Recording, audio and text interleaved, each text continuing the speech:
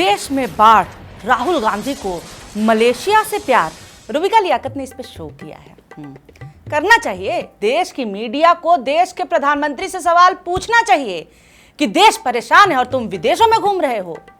मगर जहां तक मुझे याद है, प्रधानमंत्री तो मोदी जी है ना। कोई रुबिका को गूगल करना सिखाओ यार। क्यों ही करना गूगल जब स्क्रिप्ट भाजपा ऑफिस से आती है तो। और खाली इनको ही नहीं आती, टीआरपी का ऐसा भी क्या मोह कि तुम मोदी जी को प्रधानमंत्री मानने से मना कर दो यार। फिर यही कहते हैं कि मोदी जी देश के प्रधानमंत्री, खाली हमारे नहीं है। तो मानो प्रधानमंत्री वाले सवाल पूछ लो उनसे।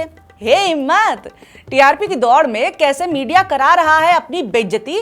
नेशनल प्लस इंटरनेशनल ले रहा है belt treatment, national plus international. इस पे करेंगे बात, तो फिर चलो शुरू करते हैं टीआर फोबिया का नया एपिसोड, क्योंकि भैया डर का माहौल है। जरा ये देखिए, after Bihar Rahul Gandhi vacays abroad. Photo लगाई है राहुल और बाढ़ की, जैसे कि बाढ़ राहुल गांधी के मलेशिया जाने की वजह से ही आई है। वही आदमी था जो बाढ़ को रोके हुए था। ऐसा है क्या? क्योंकि मजबूत तो कोई और है ना। राहुल छुट्टी मनाने चले, इधर पीएम मोदी ने कर दिया है बड़ा धमाका। है कौन सा धमाका हुआ जो केवल सुशांत को सुनाई दिया, हमको तो नहीं सुनाई दिया। देश में बाढ़, राहुल घूम रहे विदेश। अब तो हमको लग रहा है ना कि ये सब जलन के मारे शो कर रहे हैं कि ये क्या बात हुई यार, हम पॉपो के वफादार, हमें तो बेल्ट ट्रीटमेंट मिलती है, ये आदमी चिल कर रहा है। Not fair. बोल रहे हैं राहुल छुप के पहुंच गए मलेशिया, किसी को नहीं चला पता, टॉप सीक्रेट वेकेशन, ये वो हेन तेन लमटेन। छुप के राहुल चले गए। एक आदमी एयरपोर्ट पे जाकर, सुरक्षा जांच से निकलकर, पासपोर्ट दिखाकर, अपने नाम का टिकट लेकर के विदेश गया है और किसी को पता नहीं चला। नहीं, ये कौन से नशे कर रहे हो, प्लीज बता दो। Asking for a friend. NDTV, वो चैनल जिसे देख करके मैं बड़ी हुई जी, वो एनडीटीवी। उफ, वहां पे एक एंकर कह रहा है कि राहुल चिल कर रहे हैं, उनको लग्जरी लाइफस्टाइल की आदत है।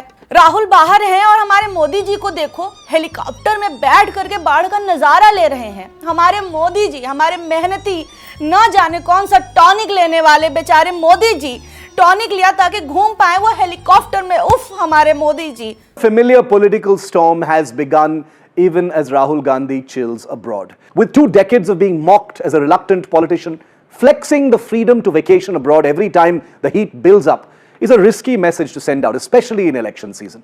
Rahul's inner circle likely believes these trips are a signal of defiance, a way to say he won't bend to the expectations set by a workaholic prime minister who, by the way, heads to flood-hit Punjab tomorrow. क्या कहा जाए, ये जबरदस्ती का style मारे मूर्खों को। चलिए एक ट्वीट पढ़ाती हूँ आपको, जो बताएगा कि जब देश को जरूरत रही तो कौन सा नेता था और कौन सा था जो गायब हो गया था। इस थंबनेल को देखिए, क्या ये कभी ऐसा थंबनेल लगा सकते हैं? मणिपुर में आग, नरेंद्र को विदेश से प्यार। पुलवामा में हमला, नरेंद्र को शूटिंग का चस्का। किसानों पर मार, नरेंद्र को मोर से प्यार। युवाओं पर डंडे, नरेंद्र का फंडे। ये केवल व्हाट अबाउटरी नहीं है कि राहुल को बोला है तो मोदी को भी बोलो। मसला ये है कि राहुल न सत्ता में है, न मंत्री हैं और आपके हिसाब से बिल्कुल पावरलेस हैं। ठीक है, उससे सवाल तुम पूछ रहे हो, और जो सत्ता में है, मंत्रियों का मंत्री प्रधानमंत्री है, उसका नाम तक नहीं ले पाते।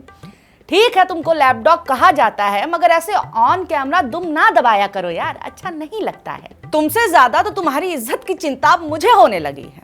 चलो ये तो रहे ओजी। अभी मार्केट में कुछ नए लोग वायरल हैं, लीक से हट करके नजर आने के लिए। नजर आने पर गौर करिएगा। बात हो रही है इंडिया टुडे के एक हिस्से, टॉप के लल्लन की। सौरभ द्विवेदी ने बाढ़ पे शो किया, एक दिल्ली पर, एक पंजाब पर। कुछ अंतर दिखाई दे रहा है आपको? लल्लन टॉप, जो इंडिया टुडे का है, जिनका आर्काइवल इतना मजबूत है कि इतिहास में हुई किसी भी घटना जो कैमरा के आविष्कार के बाद हुई है, उसके एक्सक्लूसिव इमेजेस इनके स्टॉक में हैं। उस इंडिया टुडे का लल्लन टॉप रेखा गुप्ता की एक फोटो नहीं ढूंढ पाया। अब देखो यार, हमारे पास इनके जैसा आर्काइवल नहीं है, ठीक है, हमारे पास तो ये छोटा सा फोन है। चलिए देखते हैं इस यंत्र से हम क्या कर सकते हैं। क्या हम एक मुख्यमंत्री की फोटो निकाल सकते हैं? ये मैंने खोला गूगल, मैंने लिखा रेखा गुप्ता, केवल नाम लिखा है मैंने, ठीक है। ले लीजिए सर जी, ले लीजिए, देखिए। अब देखिए, इससे तो हमें लग रहा है कि फोटो ना लगाने का कारण फोटो की कमी नहीं है, कुछ और है। वैसे ये पहली बार नहीं है जब एंटी एस्टेब्लिशमेंट छवि वाले सौरभ द्विवेदी राइट की तरफ झुकते हुए नजर आए हैं। याद है जब सौरभ जी की क्रांतिकारी लोकप्रियता उफान पर थी, तभी किसी ने इनके पुराने ट्वीट्स वायरल कर दिए। कहा कि कुर्ता गमछा डाल करके क्रांतिकारी कैसे बनोगे जब निक्कर भगवा कलर का छुपा रखे हो। अरे वही ट्वीट्स जिसके लिए सौरभ द्विवेदी माफी मांगे थे। कई बार गलतियां हुई और जब जब गलती हुई पूरे पश्चाताप के साथ आपके सामने आकर माफी मांगी है। मैं माफी मांगता हूं उन सभी अलग अलग पार्टियों के समर्थकों से जिन्हें मेरे पूर्व अवतार के इस तरीके से सामने आने पर अफसोस हुआ। हालांकि उस माफी में सौरभ खुद को विक्टिम जताते हुए नजर आते हैं। ये माफी किन ट्वीट्स के लिए थी, चलो मैं बता देती हूँ। कांग्रेस की छुट्टी करवाने के बाद राहुल का छुट्टी करना तो बनता था यारा। अभी जो हम लोग बात कर रहे थे ना कि कैसे बेवकूफ लोग हैं, किसी की छुट्टी को नेशनल सिक्योरिटी का मुद्दा बना देते हैं, उनको तो एक सेकंड को बेवकूफ मान करके हम बख्श सकते हैं। हे ईश्वर इन्हें माफ करना, ये नहीं जानते ये क्या कर रहे हैं। मगर सौरभ द्विवेदी, जिनके बारे में आप कुछ भी कह लीजिए, लेकिन ये नहीं कह सकते कि उनमें ज्ञान की कमी है या फिर इंटेलेक्ट नहीं है। उस सौरभ द्विवेदी की ऐसी भाषा और ऐसी सोच सामने आएगी तो जनता सवाल तो पूछेगी ही।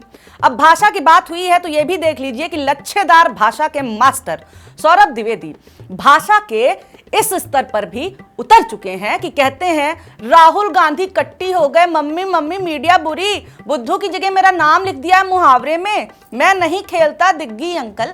देश विदेश राजनीति कला इतिहास में इंटरेस्ट रखने वाले सौरभ द्विवेदी का लिंग में भी इंटरेस्ट जनता को उस वक्त पता चल गया था जब उन्होंने ट्वीट किया था कि लिंग दोष दुरुस्त करें टीम पप्पू जी। अब देखो इस पे मैं ज्यादा कमेंट नहीं करूंगी क्योंकि हमारी वीडियोस सभी उम्र के लोग देख सकते हैं। देखिए हम क्या बोलें, खुद वरिष्ठ पत्रकार राजदीप सरदेसाई ने इनसे पूछ लिया था कि कांप काहे रहे हो, आई मीन डिफेंसिव क्यों हो रहे हो। आप आज इतने डिफेंसिव क्यों हो गए इंट्रोडक्शन में कि फोटोग्राफ चलता है, नेता नगरी में लोग मुझे ट्रोल करते हैं, क्या हुआ? ये किस रंग का गमछा आपने पहना, गुलाबी है या भगवा है? ये हुआ था जब सौरभ द्विवेदी की सरकार का नमक खाते हुए फोटो वायरल हो गई। फिर सौरभ उसी टोन में बोलने लगे जिसका इस्तेमाल उन्होंने राहुल के लिए किया था, मम्मी वाला जो था, मेरे को बुरा बुरा बोल रहे हैं। राजदीप ने अच्छे से हैंडल किया था, मजा आया था। खैर ज्यादा नहीं बोलूंगी, मीडिया जगत में सौरभ हमारे पहले बॉस थे। इनके संगत में मैंने ये जाना कि क्या करना है तो ये भी पहचाना कि क्या नहीं करना है। बाकी ज्यादा उस पर डिटेल में नहीं जाना है, वो कहानी फिर सही। मगर पुरानी सहयोगी होने के नाते मैं सौरभ द्विवेदी जी को एक सलाह दूंगी कि ये सब करने का ना अभी सही समय नहीं है। जनता बहुत गुस्से में है, लेने के देने पड़ जाएंगे। लेने के देने से याद आया नेपाल।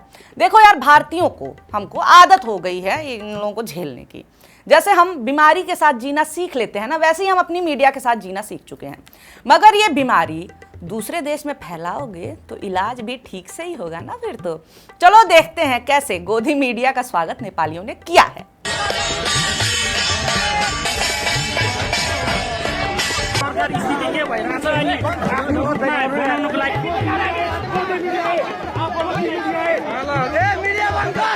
एक तो ये बताओ, हर चीज में मोदी जी का नाम घुसाना ठीक है?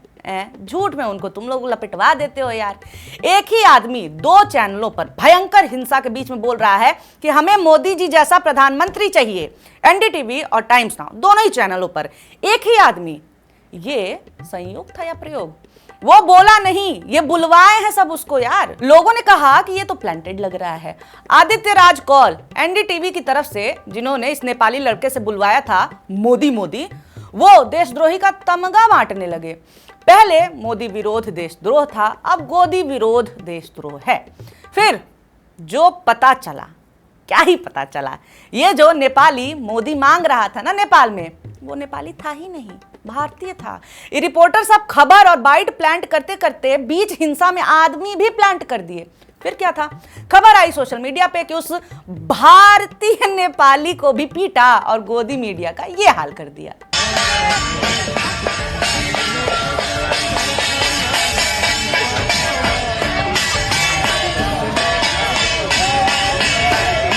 नहीं, सही है, ये लोग भी जनता से बहुत थाली ताली पिटवाए थे। भारत के बाद अब नेपाल में भी गोदी मीडिया गो बैक के नारे लगने लगे हैं।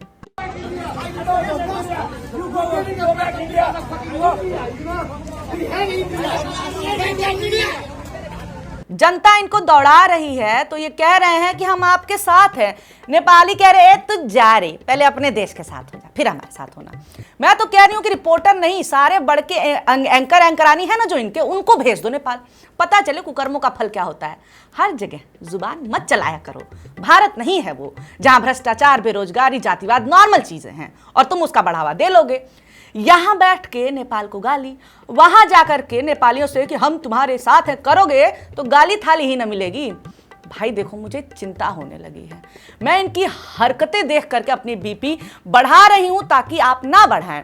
तो इसीलिए मेरी मेहनत को थोड़ा सा अप्रिशिएट करते हुए, वीडियो पसंद आया हो और पूरा देखा हो तो लाइक कर दीजिए। ऐसी वीडियोस आपके सामने आते रहें, इसके लिए हमारे चैनल को सब्सक्राइब करना भी नहीं भूलना है। ठीक है, जाती हूं मैं, थक गई हूं, मेरे पास कोई टॉनिक नहीं है। चलिए।